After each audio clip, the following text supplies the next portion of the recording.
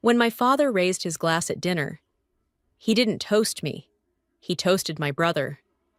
"To Dylan," he said, "the first real soldier in this family." The table erupted in laughter. My mother smiled.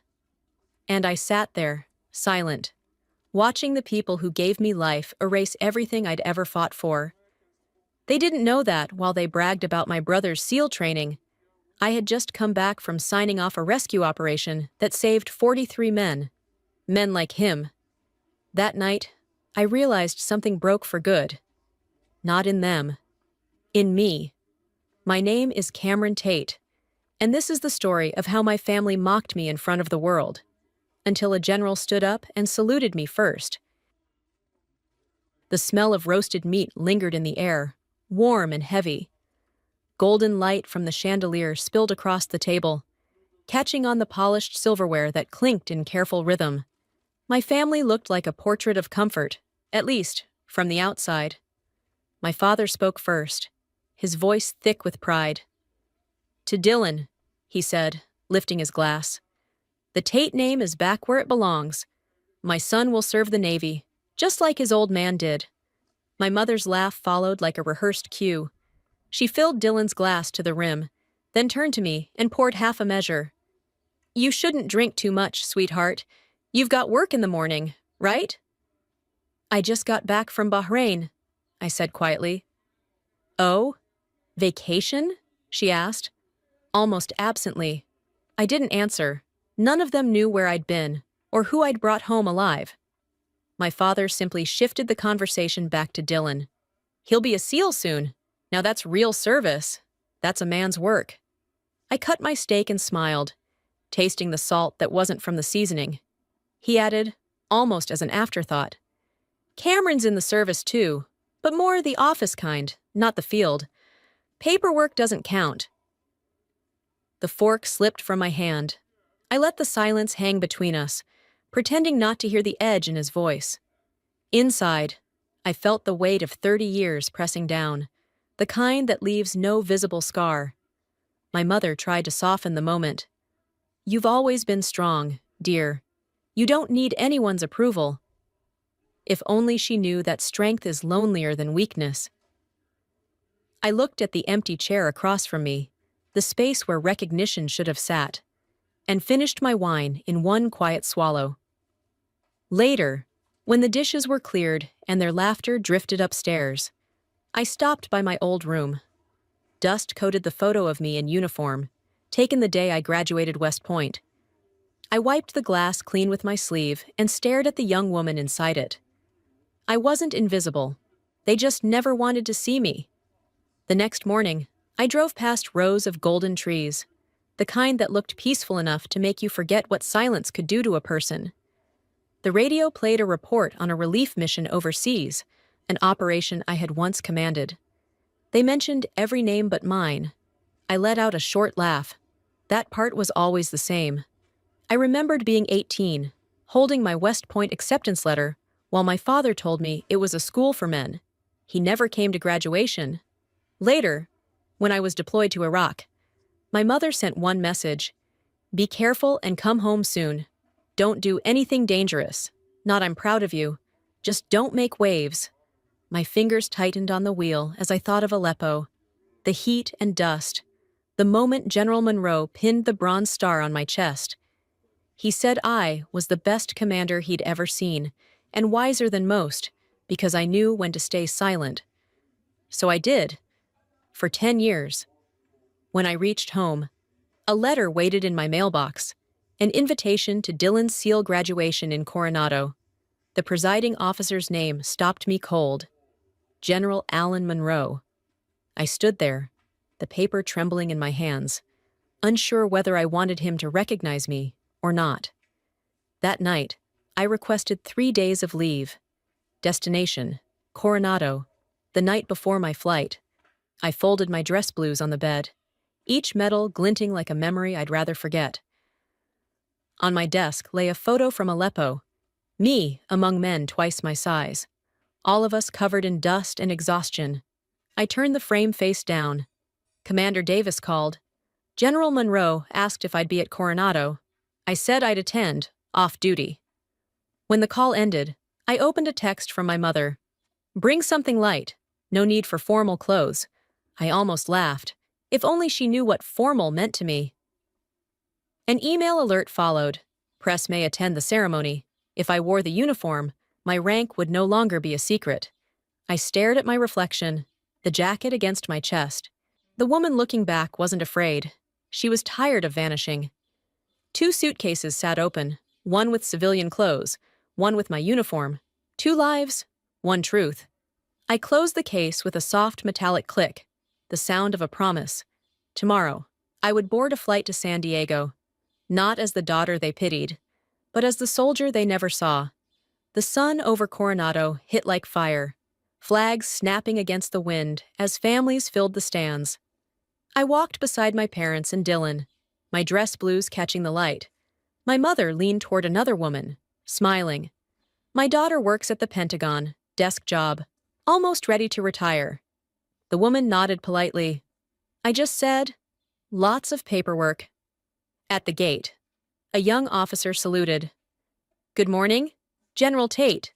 My father frowned. What did he call you? I met his eyes.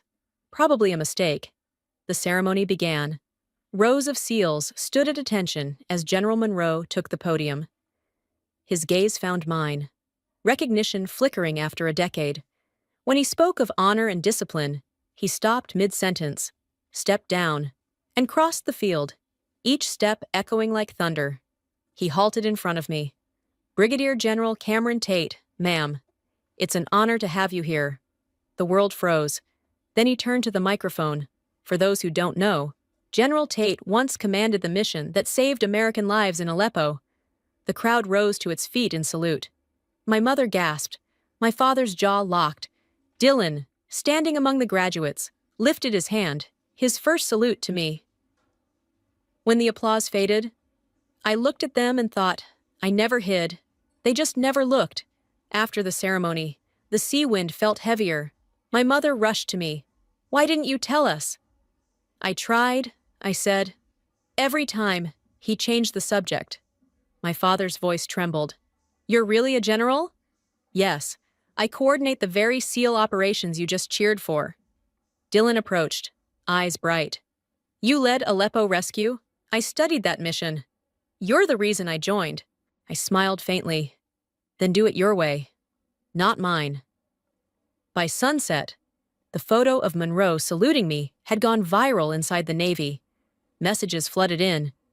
Now they all know. My parents drove off in silence. That night, Dylan called.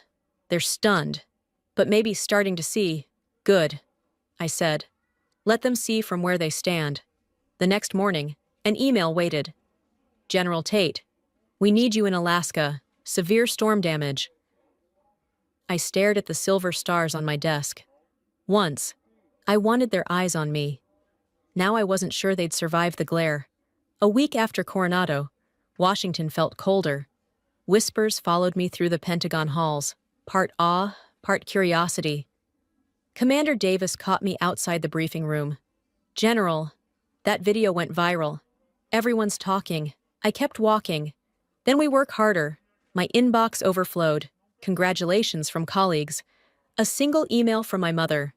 We're sorry. We just didn't understand. I read it once, then deleted it. That afternoon, a guard called upstairs. General, 2 civilians claim to be your parents. They're asking to see you.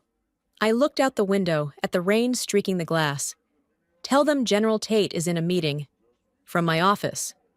I watched them being escorted away. My mother turned back once, clutching a small frame in her hands. I felt the sting deep in my chest, but didn't move. That night, Dylan called. They're falling apart.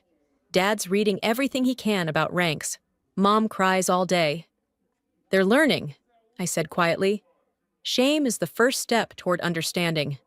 Minutes later, an alert blinked on my screen. Severe blizzard.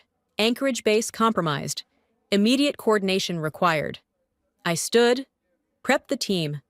We leave tonight, hours later. The transport plane cut through black skies. The wind howled outside as I studied the map lit in red. When I was 18, I thought. I believed service meant making my father proud. Now I know it means serving without needing to be seen. Before boarding the rescue helicopter, my phone buzzed. Be careful, Cameron. We may have failed you, but we still love you. I folded it shut, staring at the horizon swallowed by snow. Sometimes love comes later than the storm. The blizzard hit like a living thing, wind screaming at 70 miles an hour. Snow cutting visibility to nothing. Squad Alpha, maintain line. Bravo, hold 20 degrees. I ordered over the radio. Static answered back. General, we're losing visibility. Then hold the line by your voice, not your eyes. Thousands of miles away. My parents watched the same storm on TV. The anchor's voice trembled. Operation led by Brigadier General Cameron Tate. My mother cried openly. My father sat frozen. She's out there, he whispered. Alone. We landed hard near the collapsed fuel bay. Snow whipped across our faces. A soldier stumbled. I grabbed his vest. Don't stop. They're waiting for us. Red flares burst through the white, reflecting off my face like fire and glass.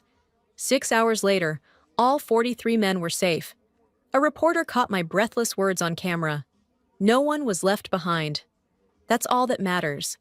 The clip aired nationwide, in Virginia. My father rose from the couch, went to my old room, and wiped the dust from my West Point photo. She did what I never could, he whispered. When I returned to D.C., Commander Davis met me at the hangar. You saved lives. General, we saved understanding, I said. That night, a letter waited on my desk. Outstanding leadership under extreme conditions. Recommendation, promotion to Major General. I smiled faintly. Titles don't save anyone, but sometimes they save what's left of faith. Outside, the last snowflake melted against the window. White silence, finally still. 2 months after Alaska. The Pentagon felt quieter than usual. The corridors gleamed under sterile white light, cold and clinical, the opposite of that kitchen where my father once toasted my brother. I had just finished a press briefing when Commander Davis stepped in. General, your parents are here. They're requesting a meeting. I told him to bring them not to my office, but to the standard conference room on the 4th floor. Neutral ground. No warmth. No comfort. Just truth. When the door opened, they looked smaller than I remembered. Swallowed by the brightness. Dylan followed behind, hat in hand, his face unreadable. For 10 seconds, no one spoke. The only sound was the clock ticking, slicing through the silence. My father finally broke it. We didn't know. We didn't understand. How could you keep something like this from us for so long? I didn't hide it, I said quietly. You just never wanted to see. My mother's voice trembled. We're proud of you, Cameron, truly. No, Mom. You're ashamed. Pride belongs to people who paid attention. You didn't. Her tears came fast, and for once my father didn't interrupt. He took her hand instead. Dylan stepped forward, placed his seal cap gently on the table. I never understood what service meant until I saw you in that storm, he said. They loved me in all the wrong ways, and you were hurt because of it. I nodded. No one taught us how to love right. Dylan, we just learned through mistakes. My father reached into his bag and pulled out a yellowed envelope. We found this in the basement, your letter from Bahrain. We never read it, until now. His voice cracked. You don't have to forgive us. Just know I understand now. I don't need an apology. I said, I just need you to stop comparing us. Dylan isn't anyone's replacement. Light reflected off the metal table, catching our faces. 3 generations framed in clarity. The silence that followed wasn't heavy anymore. It felt like peace. I waited 30 years for this conversation, I said, and I wanted it here, because this is where I learned to stand tall without anyone behind me. When they rose to leave, my mother placed a small frame on the table. A photo of me at West Point. Glass newly polished. We're hanging this one in the center of the house. As the door closed, the room felt still again. I stared at the light glinting off my medals. For the first time, They had seen me, not with pride, but with truth. On my desk, a sealed envelope waited. Recommendation, promotion to Major General. For once, I didn't need to open it to know what it meant. 3 weeks passed before I heard anything from Virginia. The house I grew up in had always been loud with my father's voice and my mother's soft yeses. But that week, it was quiet. The kind of quiet that means people are finally listening. In my office at the Pentagon, I found the scanned copy of the letter I had written 20 years earlier in Bahrain. The paper was yellowed, the corners curled, my handwriting uneven from exhaustion. I began reading, unaware that hundreds of miles away, my parents were sitting on their living room couch, reading the same words from the original envelope they had just discovered in an old box in the basement. Our voices met across time, mine steady and calm, theirs breaking with each line. I never wanted to be called a hero. The letter began. I only wanted my father to look at me the way he looks at a real soldier. Maybe one day he'll be proud of Dylan, and I'll be proud of him too. But I hope he remembers that courage isn't just in pulling a trigger. Sometimes it's in enduring misunderstanding and still choosing to serve. My father stopped reading. The paper trembled in his hand. His eyes glistened under the lamplight. "I'm not the man who taught her courage," he whispered. "She's the one who taught me." My mother sat beside him with a sewing kit on her lap. She unfolded the faded American flag that once hung in our hallway the day he retired from the Navy. The edges were frayed, the colors dulled, threading a needle. She began mending the tears one by one. When she finished, she pressed the flag into his hands. "We'll keep this," she said softly, "to remember that honor isn't what you say, it's what you fix." The old clock ticked. The walls, for once, seemed to breathe again. Back in D.C., my phone rang. The Secretary of Defense's assistant was on the line. "General Tate, your promotion has been approved. Congratulations, Major General." I smiled, letting the moment settle like a quiet tide. "Thank you, sir," I said. "This time, my family will know." That night, 2 scenes unfolded at once. In Virginia, my parents hung my photograph in the center of the living room wall, between my father in his sailor's uniform and Dylan in his seal whites. In Washington, I hung a new frame of the 4 of us on the shelf behind my desk. For the first time in my career, the space didn't feel lonely. The letter lay open beside me, its ink faded but alive. It had survived war, time, and silence to become a bridge between who I was and who they finally saw. At home, the repaired flag fluttered slightly from the draft of the heater, the stitched seams glinting like scars that refused to disappear. Healing, but not erased. My phone buzzed once more. Dylan's voice filled the line, light and steady. "They put your picture in the middle, you know?" I laughed softly. "After 30 years, that wall's finally breathing again." I turned toward the window, where dusk washed the sky in gold and blue. The reflection caught the 2 silver stars on my shoulder. Honor isn't something you win. I thought, it's what remains when you stop fighting to prove it. Outside, the city lights flickered like a heartbeat finding its rhythm again, and far away, in a quiet house in Virginia, the sound of forgiveness filled the walls that had once held silence. 1 year later, the ocean would call again, this time from Guam. A year after my promotion, the mornings in Guam began with light spilling over the Pacific. Soft, endless, forgiving. I ran along the shoreline each day, the waves breaking in their familiar rhythm, the same rhythm that once filled battlefields and now filled the quiet between heartbeats. The sea roared, but inside me there was only calm. In my office overlooking the water, I hung 2 photographs. One showed the rescue team in Alaska, faces streaked with snow and victory. The other, newly framed, held my family, my father, mother, Dylan, and me. For the first time, we all seemed to belong in the same picture.